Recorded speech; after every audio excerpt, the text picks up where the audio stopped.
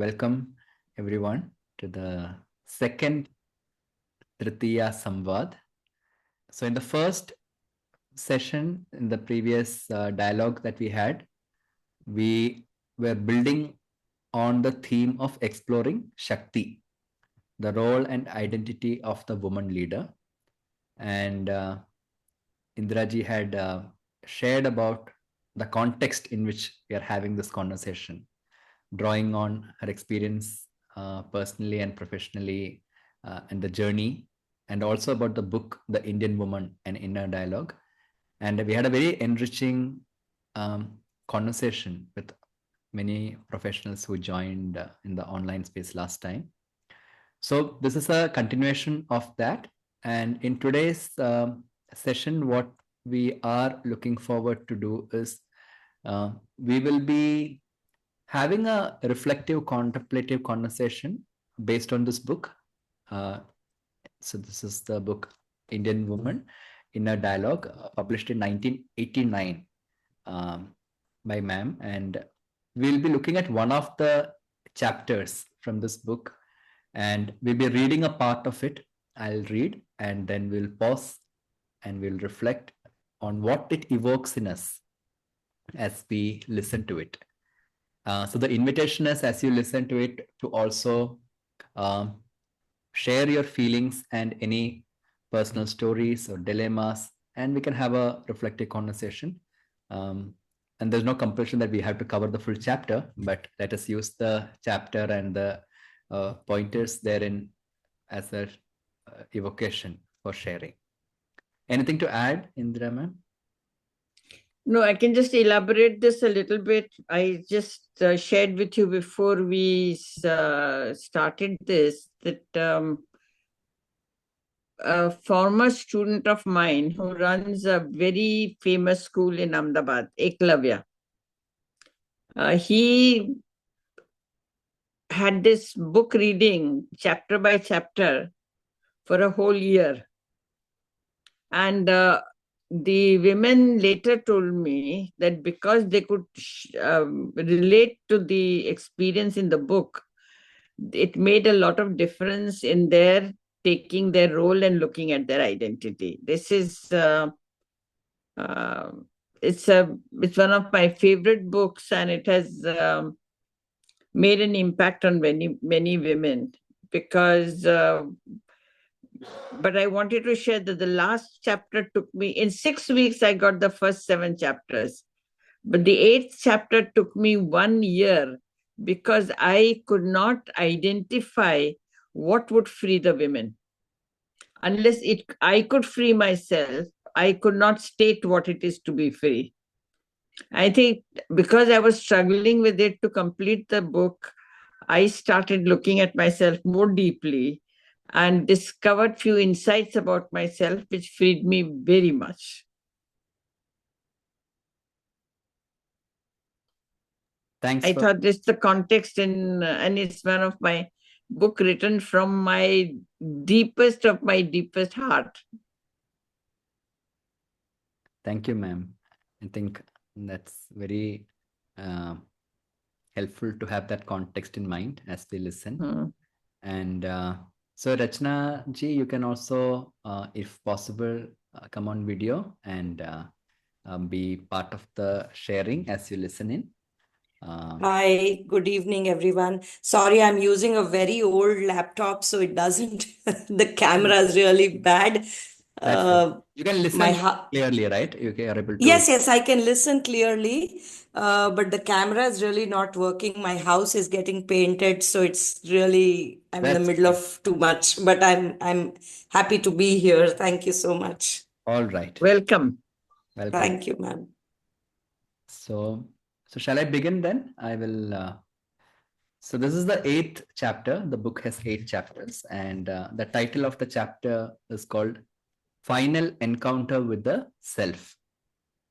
So I'll read some portion, and ma'am, feel free to pause me if you feel that's a point you can stop. In the last 6 chapters, we have recorded the transactions of Indian women in the course of their journey through biosocial, and socio-psychological space as defined by the emergent realities of their era and the traditions of the cultural lore. This journey has been full of turmoil and turbulence. They have struggled on the way to find a niche in their era, a location from where they can achieve a convergence of dignity, well-being, and meaning, both as a role holder and as a person in society.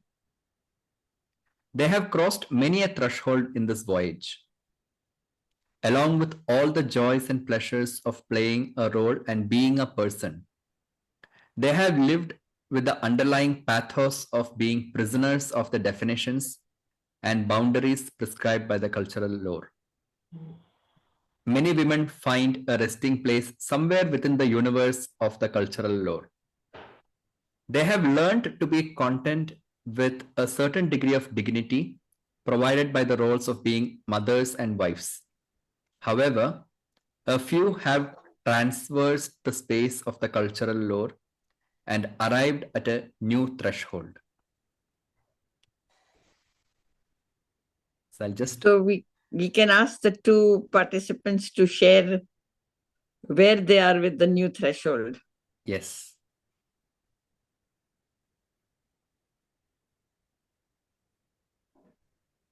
Can take a moment. Sorry, I actually lost you for a bit in between. So I missed it around this part of the new. Where did you miss? Just the differentiating between the old and the new.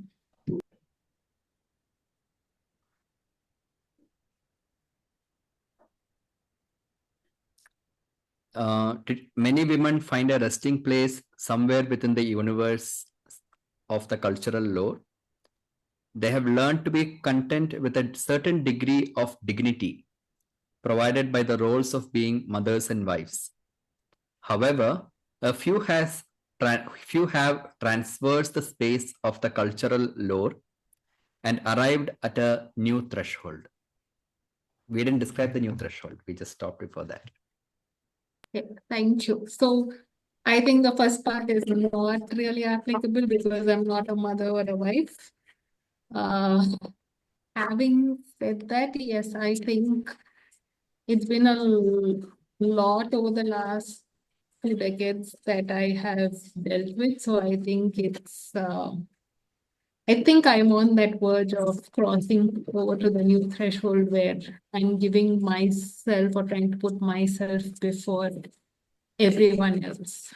It's a long journey. I think a lot more to go, but at least I'm happy to say I've started to look at that. So I have a question just to build on what you're sharing, and also out of curiosity, because I think 2 things which came up recurrently, ma'am, in this paragraph is about being a role holder and as person. And you have mentioned about the thresholds of joys and pleasures of playing a role and being a person. So I feel if you could also share a little bit more about the distinction, it would be beautiful. Yeah. You see, what happens is because roles are given, you are born with a role, son or a daughter. And as a daughter, your subsequent roles are already defined. The daughter would get married, become a wife, and bear children. I was doing a women managers program, the first time I was doing it in 1979. And I made this statement. And some people got exceedingly angry with me. They said, who said we have to be wives and who said we have to be mothers? I said, no, nobody said that, but that has been the social paradigm for centuries, that girls get married, they become wives, and then they have children. Then, surprisingly, I discovered that 30% of the women were not married. And of course, they did not have children. The second time I did the program, I made the similar statement, but added with a caution that women may choose not to marry. But because I said women marry and have children, the married women got very angry with me. And they said, who said we have to have children? Because by that time, the culture was changing. The women were choosing not to marry. Women were choosing to remain daughters and work and be in an occupation. And they did not want the children because they had their own pathos of being a child. So they didn't want their children to go through that. So they chose not to have, some women chose not to have children who were already married. But then they kept on saying that they are missing something. There is a vacuum in their lives. And therefore, and the vacuum was of not having a child. And the world around them was also commenting on their not having a child.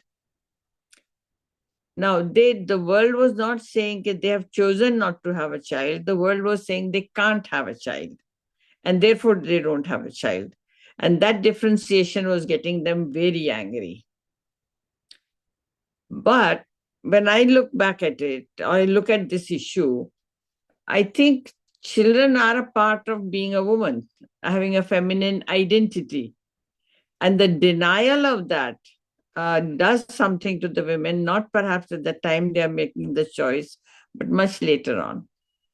Their characters change, their behaviors change, their own roles change. They become more self-centered, they become more selfish. They do not have the same kind of empathy a woman has who has children. This I've noticed over the years. Because in my own family, my brother doesn't have a child.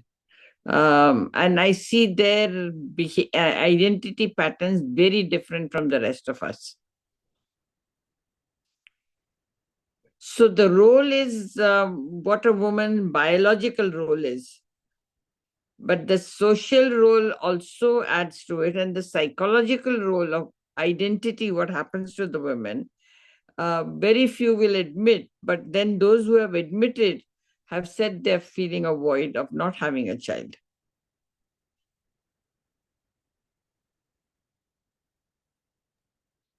I'd like to differ. Maybe I haven't reached that age or that threshold, but yeah, I would not say having a child, works for everybody or, like really is the crux. Because, you still have your identity. I think it's left up to the individual in the end, whether, how they change as they grow. Yes. So, and very honestly, as you say this, ma'am, I go back to maybe like 6 or 7 years back when I was told that, hey, you know what, you're not married, you don't have a child, so you don't have responsibilities or anything else. Like you can do much more at work, even though, the person who told me this knows that I was not doing 100%, I was literally doing 100, 200%, double of what I was doing. But they're like, you would not understand what it means. And I was like, okay, that's a very negative bias that somebody holds. Yes. Because even if I don't have a child, I possibly am caring for a parent or I'm caring for something else, right? Like you don't know my circumstance, and whether I have a child or not doesn't really impact the way I'm working. Or not having a child doesn't mean that I don't understand empathy or I do not know how to handle or manage a team. So that was something that has stayed with me over the years, but has also, alerted me to realize that, hey, okay, this is how society will treat you or will, segment you to say, okay, you have it very easy going. So that's really what I think of it. I think you have crossed one threshold of the society, which says this is the way. Yes. But they don't realize that it does not mean that you have no responsibility. It does not mean that you don't care. It does not mean that you're not sensitive or you don't have empathy. It means that you have chosen to be your free spirit and give yourself freedom to do what you want without somebody telling you, you can't do this because of this. You can't do this because you have a child. You can't do this because you are married. I think that is the freedom that you have acquired.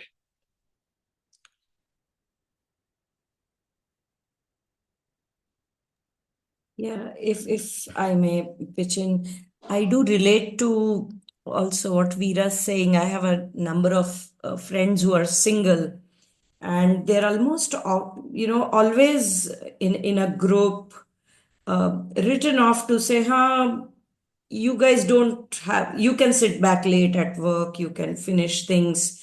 As if there is no other life that they have. That's right. And that's really, I mean, it's almost like a punishment to kind of say that, okay, yeah, ये शाम को आना है इनको दे दो, early morning आना है इनको दे दो, because इनको बच्चे नहीं पालने हैं. But I know so many single friends of mine who are deeply engaged in care work with their parents, sometimes children of their siblings, भाई के like nieces Right. and nephews.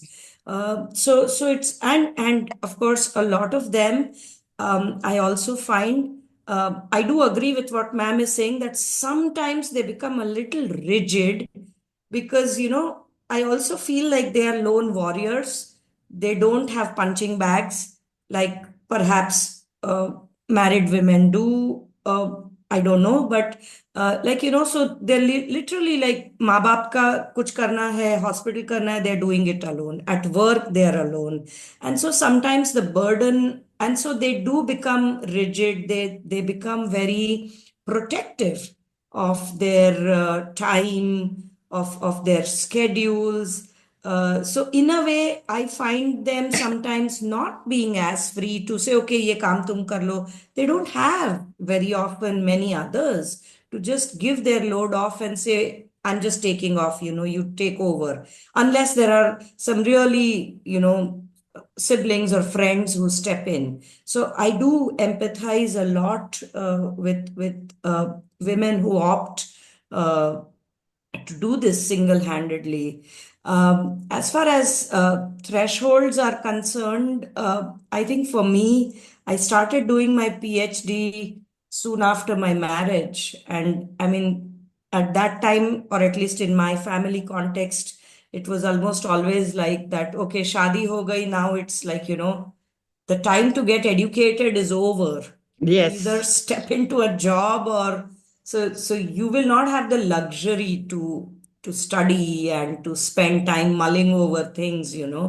So but I think I took a good 8 years to finish my PhD because of a number of breaks. I had to look after my father. I had a child. I went, after having a child, I went for a fellowship for a good 6-8 months, which was again for me at that time. I mean, I had not thought that I'll be able to manage all of this, although the family on both sides was quite supportive. But I thought people would judge me to say, ये क्या पागलपन है, 2 साल का बच्चा छोड़ के इतना तो क्या है PhD. So, Right. so, but of course, I had a very heart-to-heart conversation with my mother-in-law, and she stood by me like a rock. She said, see, as far as I'm standing on my 2 feet and I'm able to manage the household, you do what you like.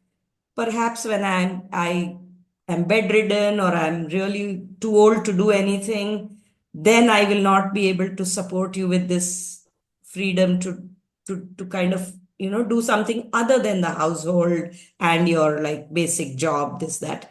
So I think that really was a blessing, and I Yes. don't think we value our families as much because we take childcare for granted. For example, we feel joint families offer so much. I mean, to take care of a child with so much trust, And today, because of a lot of nuclear families, we struggle with good quality childcare because it's left to the market, Yes. And we have not nurtured those relationships in the family to be ensured of childcare. And I think I always give my students this example that you have to nurture some relationships and it will really take you a long way. So yeah, that's my experience. That's what it's been like. It's very good because the cultural lore promotes that mother-in-law, daughter-in-law don't get along well. It How somehow true. Yeah. has built into your mind. Even for example, parents will say, "Dekhna teri saas kya karegi."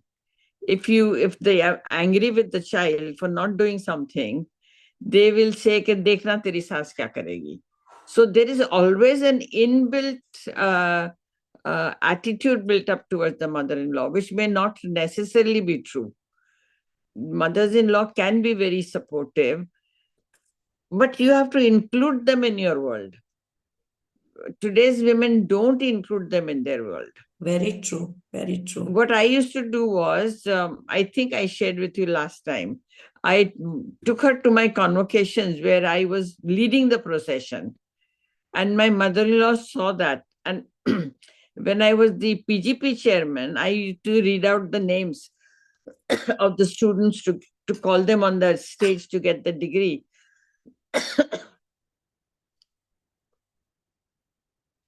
So she saw what the status I had in the institute and what I had done with my life by going to study. I did my BA also after marriage, and I did my MA after marriage, and then 8 years later I did my PhD. So she was constantly sorry, after marriage, constantly seeing me study all the time. But then when she saw this, she was quite fine with that. And she would start telling people, my Indira does this and my Indira does that. So there was a sense of ownership and pride of what I had done. But we have to include them in our world. We don't include them in our world. See, I've seen homes where the mother-in-law is sitting, she's ill. The daughter-in-law comes and straight walks up to her room, not even saying hello.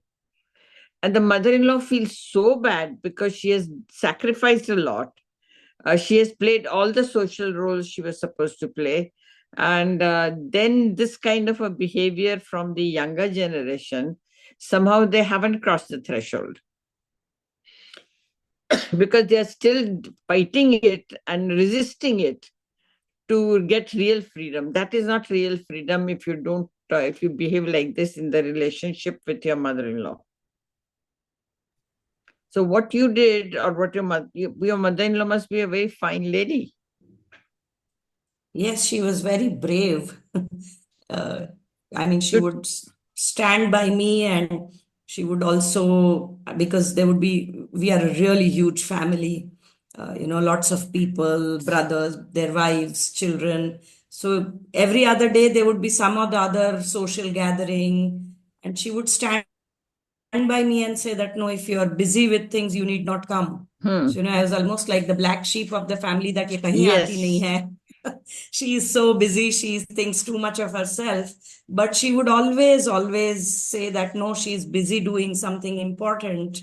And right now is not the time for her to socialize. When she has time, she will come. So she would, literally kind of defend a lot of these things, which perhaps I wouldn't be able to do because I would be younger in the family and stuff. But with her, status in the family, if she would say, then not too many people would question that. Yes. And once you finish your retirement, you tend to reintegrate with the family a lot better, because a lot of people will see your success, and the younger generation would come for advice, especially the young girls. How did you do it? We want to work. Auntie, tell us, how should I work? How should I convince my parents? That's the kind of things will happen. Yes, very true. Or possibly also, you're such a good role model for your daughter-in-law and you're so supportive of her. So how do you do it, right? And I see that struggle with different people on my team. I have 3 different women reporting to me, all married, all with a son and a daughter. And then I can see how each of them and what their struggles are and what their support systems are.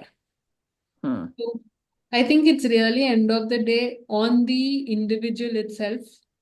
Uh, with families getting more nuclear, it definitely is difficult, but I think parents are our biggest strength and support. I mean, without them, I don't think it's so easy. No, I had a young student who refused marriage for 2 years because the boy was living with a joint family of about 11, 12 people. And she said she doesn't want to enter that family because she grew up with a very small family of grandfather, mother, and 2 sisters.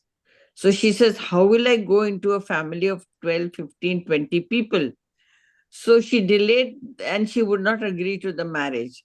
But it was a wise old grandfather who told her, he said, look, child, you come, and if you don't like it, I will buy you a new house. I will buy you. But he was a very wise old man. There have to be some older people who who ought not to get caught with the cultural patterns of the society, and they have to change, which makes the younger generation change. Now, this girl finally said yes. They got married, and she adjusted, fitted so well into the family system.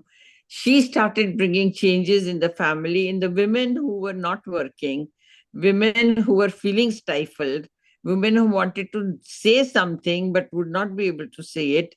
She started being part of it. And um, and finally she did not, the husband wanted to change, move out. She did not want to move out.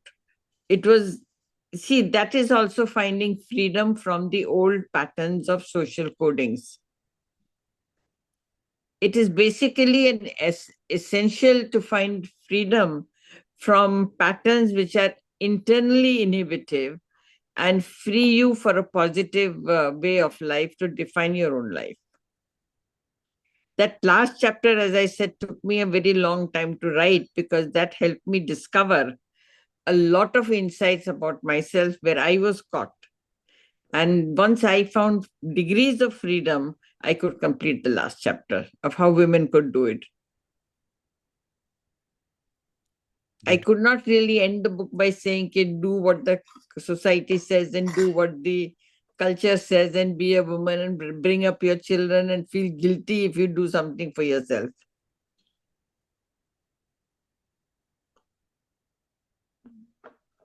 Yeah, I think, sorry, go ahead. No. Go ahead. No, I was just going to say, I think that is society's way, and constantly, they're putting that pressure as only if you fit this bill are you a success. So I think just finding your own niche, your own ground, being your biggest strength and support, I think is great. And it's like every time there is a talk on something women leadership or otherwise, the most common point is always, hey, okay, if you do this and get other women up, but hey, I've noticed, I don't know whether it's good or bad in any sense, but what I've noticed is other women always end up pulling another woman down. Like they cannot see somebody else get better or succeed or whatever.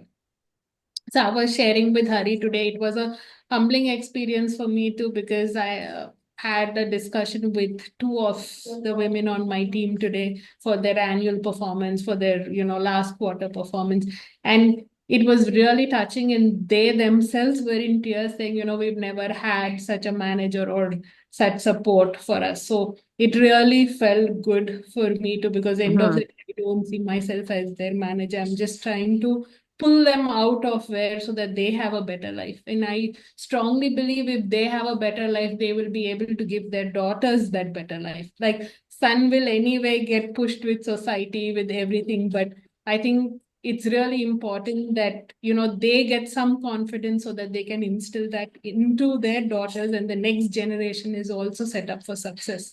Yes. How I always see my teams. See, that is your, again, a sense of freedom from the old patterns. I've seen in my career, women who have supported um, are far more gentle with other women and are supportive of them to grow. And now they have really found a freedom for themselves to be able to do it. But then I also give you an example of an elderly man whom I did the leadership study. He was in Tata Consultancy Services, and we had done a leadership leadership mapping of life, society, and work. So I his profile showed that he was so much preoccupied with social role that he was finding it difficult to give his best to the work role. And I said this to him, that this is what your score says. He was quiet for almost 10 minutes. It was like the silence was screaming at me, as if I had said something wrong. After a long 10 minutes, in a very sad voice, he says, "Ma'am, my wife is dead. I have no children. I have 4 elderly people to look after. And I'm constantly running about their medication, about their diet, about their food, who can eat what. Somebody can't eat salt and somebody can't eat chilies. And so managing the household has become my role." And he says, "I really wonder how my wife did it." So it is not only the life brings you to a position where you have to take roles and do activities which are not socially defined for men or for women. But it is true that the freedom only comes if you can accept all the choices you have made and not carry guilt or not get angry with the people who continue to make comments on you. And if it doesn't bother you, it bothers the other person far greater than if you are bothered. Yeah, I think that's a very valuable point which each of us needs to learn and understand, because it's very easy for somebody to pass a comment without knowing your reality or what you're Yes. with, right? But then it's also important, and it took me many years to change this, to figure out that, okay, each is entitled to their opinion, let them say, let it not affect you. It's their problem. Otherwise, I would always keep mulling over that, keep, thinking, oh, this person said that. And I was also devaluing my own self. So it took very Yes. long to figure out, okay, this is something that maybe I'm not seeing and I can learn from it and just take that lesson and move on. Or maybe, I'm like, I'm okay in my skin. I know how good I am or how confident I am, or, what I really am. So it's their opinion, let them deal with it. And I think it That's gives right. so much more peace, and I can move on and really focus on what's important rather than just sit and hold that thought and like make myself miserable. And then, they also have the victory that, yeah, fine, we've broken her, sort of. So So that's the real freedom, to be not get impacted by what people say. People will say many things without knowing the reality. Now, if you are helping your 2 women break through some of these patterns, then you are really free. humble efforts, I'm trying, not always successful, but as far as I can get it. That is the struggle, right? It takes time. It takes a lot of time. It also takes a lot of time for you to define it, given their backgrounds, given the way they've been brought up, the society they've seen and had to deal with. So it's a lot of difference, cultural and otherwise. I think it takes a And lot. experience wise. Everything, yes, experience wise also. Yeah. I think as I listen to all of you, I'm getting more clarity on what you mentioned here as many women find a resting place somewhere within the universe of this cultural lore. I think what you're meaning is that defaulting into the social construct of this is what is expected of you, but few Yes. transition that into a new threshold. And I'm quite glad we have two, Veera and Rachna, who has passed that threshold in their own ways in different Yes. cases. And I think that's really beautiful to listen what that process entailed. Shall I continue to the next paragraph or anything to add, ma'am? No, go on with the next paragraph. However, a few have traversed the space of the cultural lore and arrived at a new threshold. These women have to choose between retaining the micro identity of role and person within the space of the cultural lore, or taking a step beyond this to integrate with the macro identity of being human. The dilemma informing this choice is anchored in a question. Can a woman integrate and sustain in her life space both the well-defined social and psychological forms of micro-identity and the diffused and abstract forms of macro-identity? Some women who had arrived at this juncture shared their struggle with us. They stated that the old ghosts frequently reared their heads and threatened them. It is at this threshold that those women had to finally encounter the primary sensuality coded in the very fact of their being biologically women. They had to face the issue of how and where to draw boundaries and how to generate experiences of communion without being tainted with the aura of sensuality and sexuality that pushes them back into being women.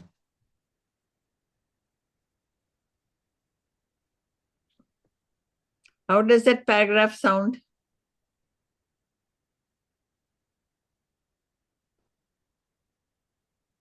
I think to some extent we just preempted and already answered some of that in our previous discussion.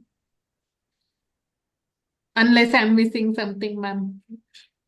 I will give you one example, what I mean by that.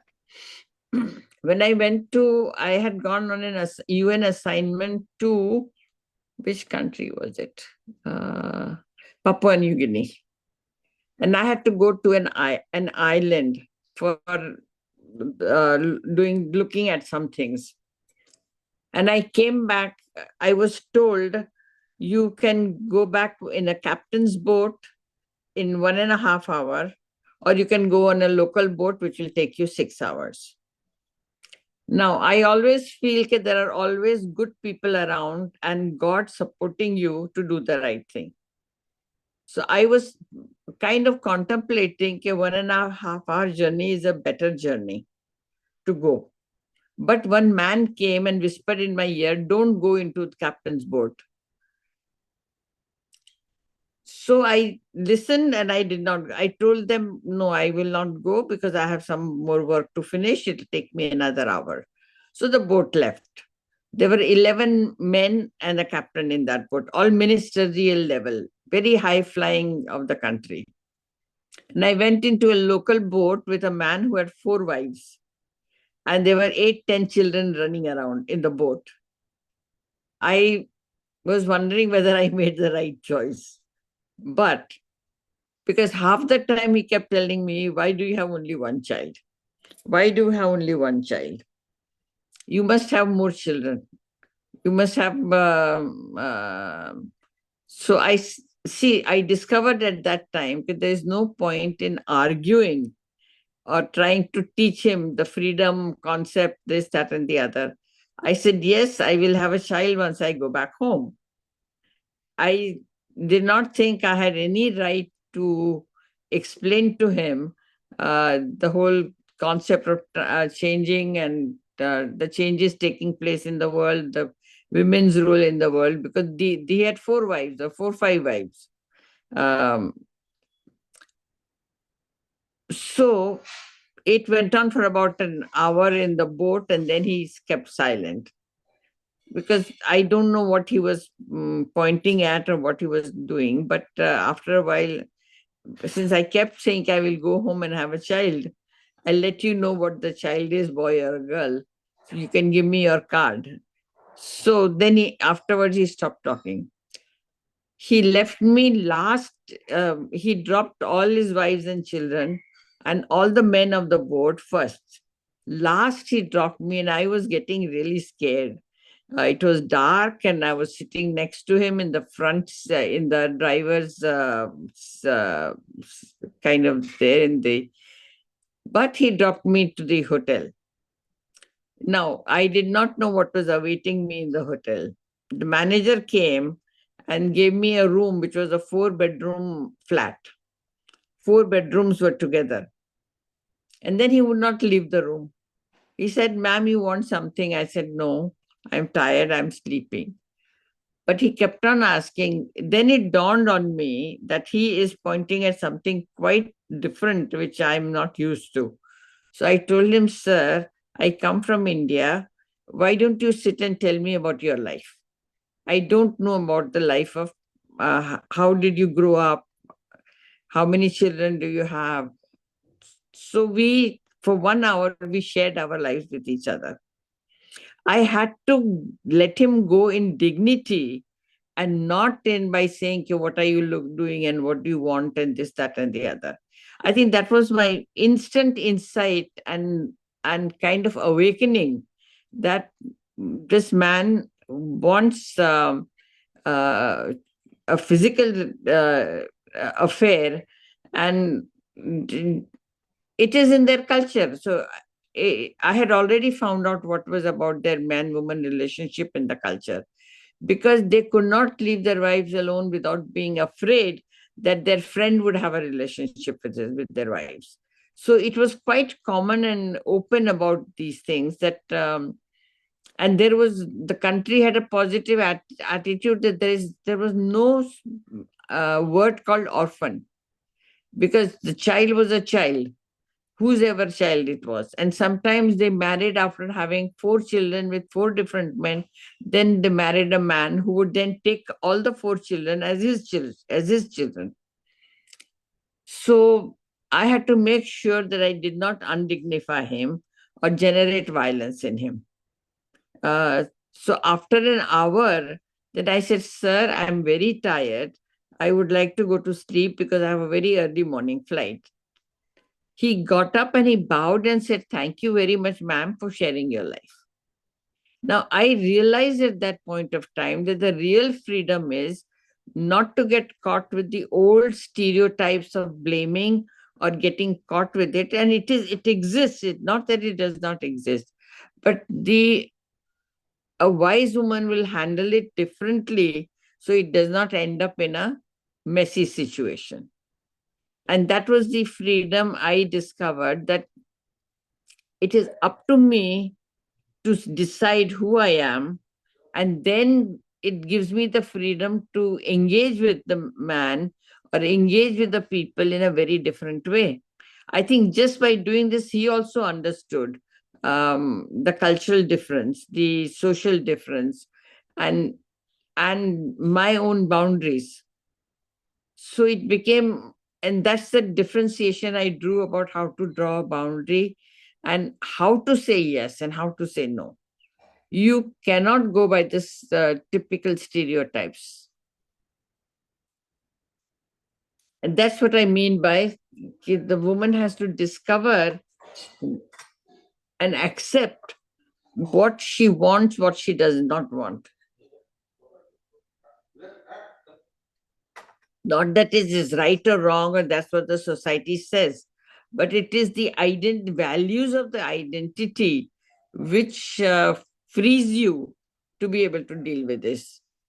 And I'll tell you, like if I hug somebody, the wives are very comfortable that only Indira is hugging her husband, because they know what my boundaries are. And I think that's a very good compliment from women for me. Once I hugged somebody and my bindi was on my friend's shirt. So everybody was teasing him, kiska, kiska, kiska. Everybody lost interest when said Indira kai chandla hai. Indira, everybody lost interest teasing him. So I thought that was my acceptance of my boundaries and my dignity. So I think that is the freedom I mean. That is the freedom one has to deal with and live with and figure it out for the self. This is where women get caught and feel guilty even for the thought.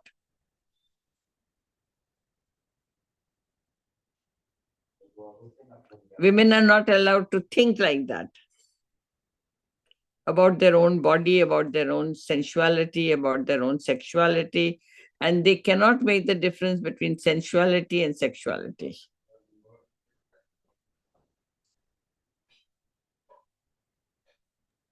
Ma'am, you're making such an important point here because, this whole space of being sure about yourself, Yes. which I think innately each woman knows that this is what I want.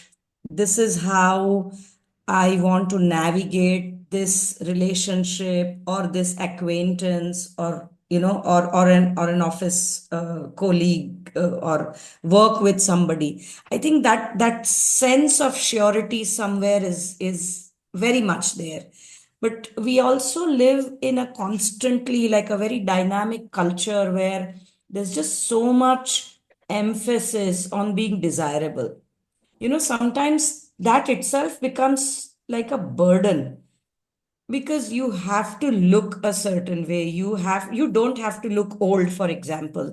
I mean, I'm sharing this because I have a lot of premature graying in my hair, and at one point I just said, to hell with this dyeing, I'm not doing it. So I was not even 45 at that time. And I mean, it was everybody other than me was bothered about it. So, you know, but this emphasis. So even if you are very sure and you know that I'm not interested in any kind of attracting any kind of attention which I'm not going to engage with, you know. Uh, I have observed that men somehow want to be like a lot of other men, so this whole sense of masculinity is a certain kind, whereas women want to be unique in their wants, and they feel that if I choose something, I know what I want, and I don't care if it is like somebody else or not. So somewhere, this whole thing of toxic masculinity being desirable only in a certain way, uh, it really is becoming such a powerful narrative in society. I mean, once you're 40 plus, I think it's very liberating because beyond a point, you don't care what happens in the world. Yes. But I do have a lot of younger women students, and they come up to me and say, "Why did you do this to yourself?" As if this was. And so You I'm have like, "No, done I'm very." damage to yourself. Yeah. Whereas I'm like, "No, I'm very happy. I've chosen to do it. I have absolutely no regrets. And I love it. I enjoy my hair. I do different things with it. But I have chosen not to color it. That's all." So, even such a simple little thing becomes like so controlling, so overwhelming. And I don't know if age has a role to play in it or experience or whatever. No, the age doesn't have to play a role. See, I have a wig on because I've lost a lot of hair on my top of my hair. So it's not a necessary that I want to look desirable at 82 and acceptable at 82. It is just how I feel about myself. I like to feel about myself well groomed, well dressed, with my jewelry on, with my sari on. It's me being wanting to be like that. And it is Right. part of the childhood upbringing also. Um, I've seen women in my family looking absolutely gorgeous, getting dressed up all the time. Earlier, I used to dress up when my husband came home. In Mumbai, We stayed for 3 years. So as soon as it was time for my husband to come, my mother-in-law would say, "Jaake taiyar ho jao. Go and get ready and change your sari," and all these kinds of things. But now I do this because I feel in charge of myself, my body. So it's what you like and what you don't like. I was feeling exceedingly bad at looking at my face because it has changed completely when I started losing hair. And I don't go to a parlor because I have to go out. I always go to a marriage. I go to a parlor after I have gone to the marriage reception of somebody. It has always happened to be the next day because I don't dress up for somebody else. I dress up for myself. Right, right. Just because I like to feel comfortable with myself when I look at myself and feel good about myself. That is also one kind of a freedom. You have chosen to be yourself in making this choice. Absolutely agree with both. And Rachna, like honestly, looking at just your photo, I think you look gorgeous and great. And you know, I've been admiring this since last session also. So I think you just carry it off really well. But having said that, I get it all the time from everybody. Why don't you color your hair? You look like, you know, you're a college going kid. And I'm like, doesn't matter. That is not me. That is not something that I want You are to. not a college going kid. Yeah, I'm 2 decades after. So, um, but it's just funny how everybody wants us to fit into all of this. And I have it very often from, you know, like male colleagues, from male friends, say it all the time. Why don't you color your hair? You will look far better. You look younger. And I'm like, I'm not there for any of that. For them, you're not going to look younger for them. So it's just funny, and I was talking to a school teacher of mine while I was driving back from work, and it's just funny that I had the same entire conversation with her too right now, and us just being so comfortable in our skin and not worried about the clothes or the hair or you know to attract people. So it's just reinforcement again listening to it here. But you have to be attractive to yourself. Yeah, I think you need end of the day, I need to be okay. And for me, looks don't matter, to be very honest. That's just me.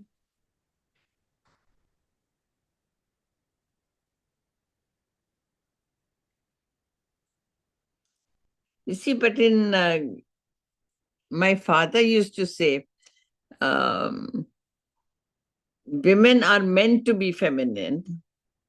And women, if they maintain themselves, will start looking. And if they are free in their spirit, they start looking beautiful anyway. They don't need to be physically, feature-wise beautiful, but they start looking beautiful. Yes. I think end of the day, as you age, as you grow older, I think the inner beauty is what really comes out and makes you stand out and shine. Your confidence, your the kind of comments I get is, your face is powerful. I said, okay, I don't know what they mean by face is powerful.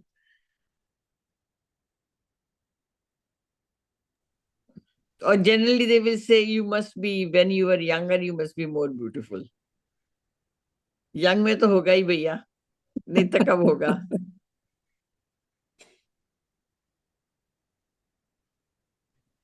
Just a time check. We are at 8:35.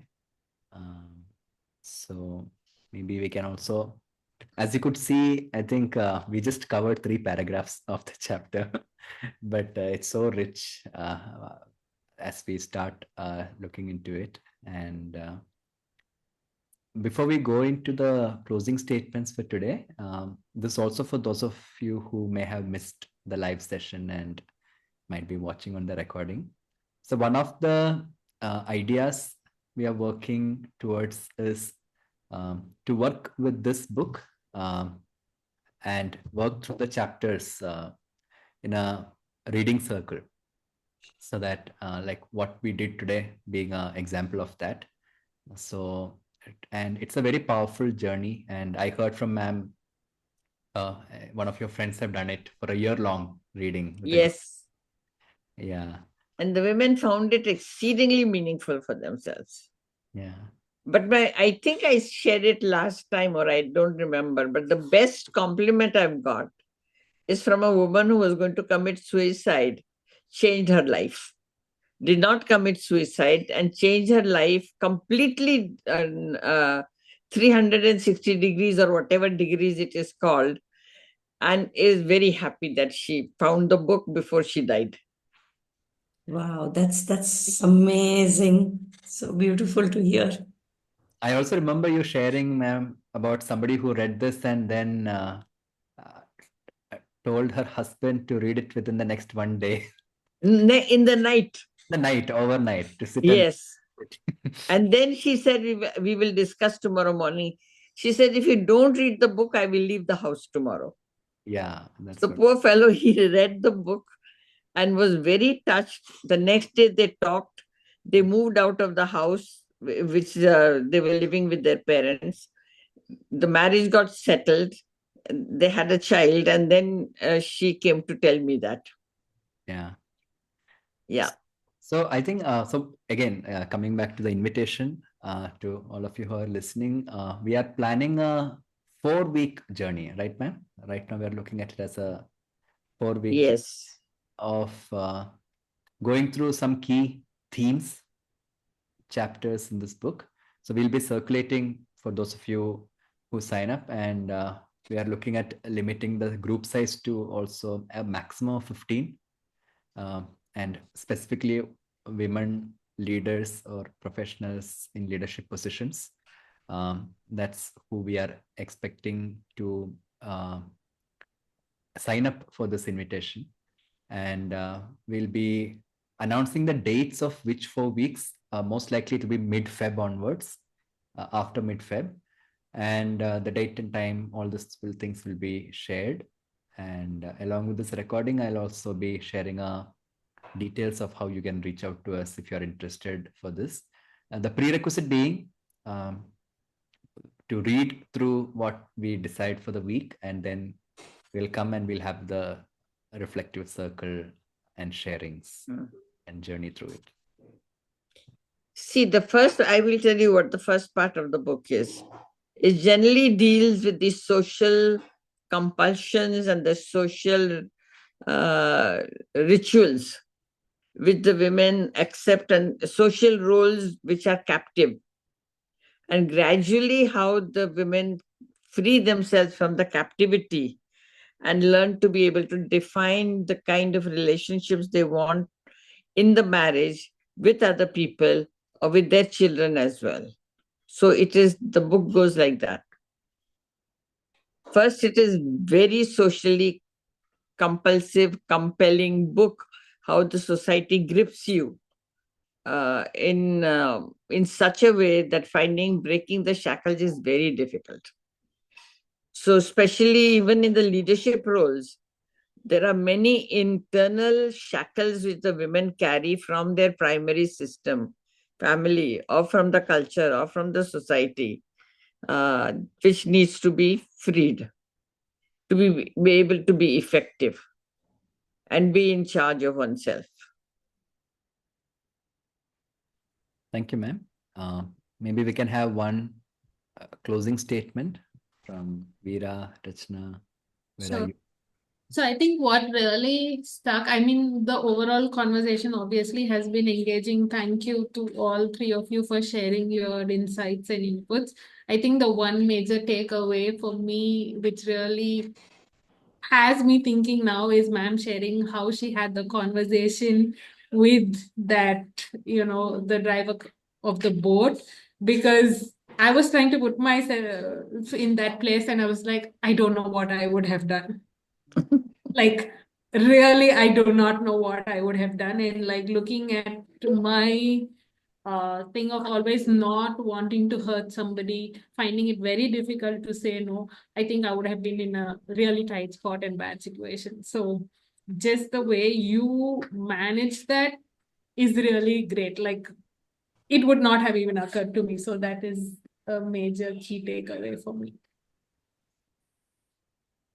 If you define your boundary, you will know what to do. Still learning, ma'am, long. Thank you for this amazing session, ma'am. This was, and of course, all the sharing that both Hari and Veera, this was really good. I'm feeling lighter in terms of, I can't explain why, but in my body, I'm feeling so light, as if, I found the space where some things that you carry and if it finds expression has been kind of shared, and you feel light about it. So that's there. And of course, I'm looking forward to the sessions that are going to come. And I think I take away, the big takeaway has been to find confidence and to kind of understand that something inside you knows Yes. what it is and what you want and how you want to handle this. And you need not get into this hamster wheel of society telling you what it is. So I think finding that inner voice and that anchor is my big takeaway. So thank you so much. Looking forward to the sessions in future. The inner voice needs to be articulated at some point of time. Yes, absolutely. Yes.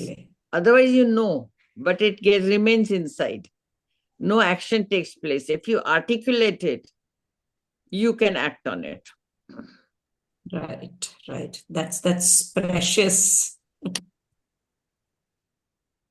Thank you, Veera, Rachna, ma'am, for joining today. Where I am left with is very evocative and touching to listen to the stories, and also listening to three of you who have explored the thresholds in so many creative ways.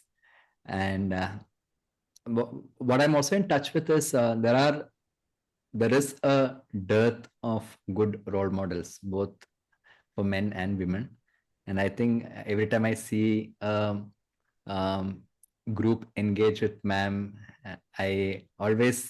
I mean, the few times I have seen so far, I think every time I see how much you embody the kind of transformation many aspire for in their journeys.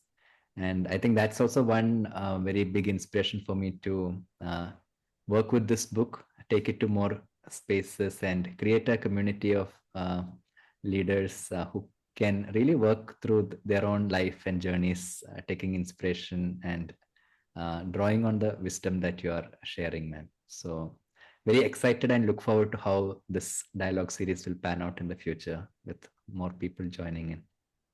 That's where I am. I have felt very good listening to all three of you and being part here. So thank you for inviting me to share this, and to see that what I had written in that book I had completely forgotten, but the language is very nice. I kind of said to myself, yeah, okay. Yeah. So it just inspires me that now I'm writing on another book. So I said my language will be equally evocative. It has to be evocative and not just knowledge based only. Great. And I feel very privileged that people share their stories with me, their journeys, their struggles, their dilemmas. It invokes my, if I may say it myself, my wisdom of what I have learned, so that I can share it and make lives of some women more easier and better. It makes me feel good. Yes. Now dinner time. Yes. So thank you everybody for joining the second in the Trtiya Samvād series. We will shortly reach out and share more on how we take it. Thank you, Veera. Thank you, Rasna. Thank you, Hari. Thank you. Thank you so much, everyone. Thank you, ma'am. Well, good night. Yes, good Good night, night. everyone. And Take have care. a good 2025. Thank you. Yes, Happy New Year to everyone. Have a great Yes. time. Have a nice year. Yeah. Okay, good night. Okay, bye. Good night.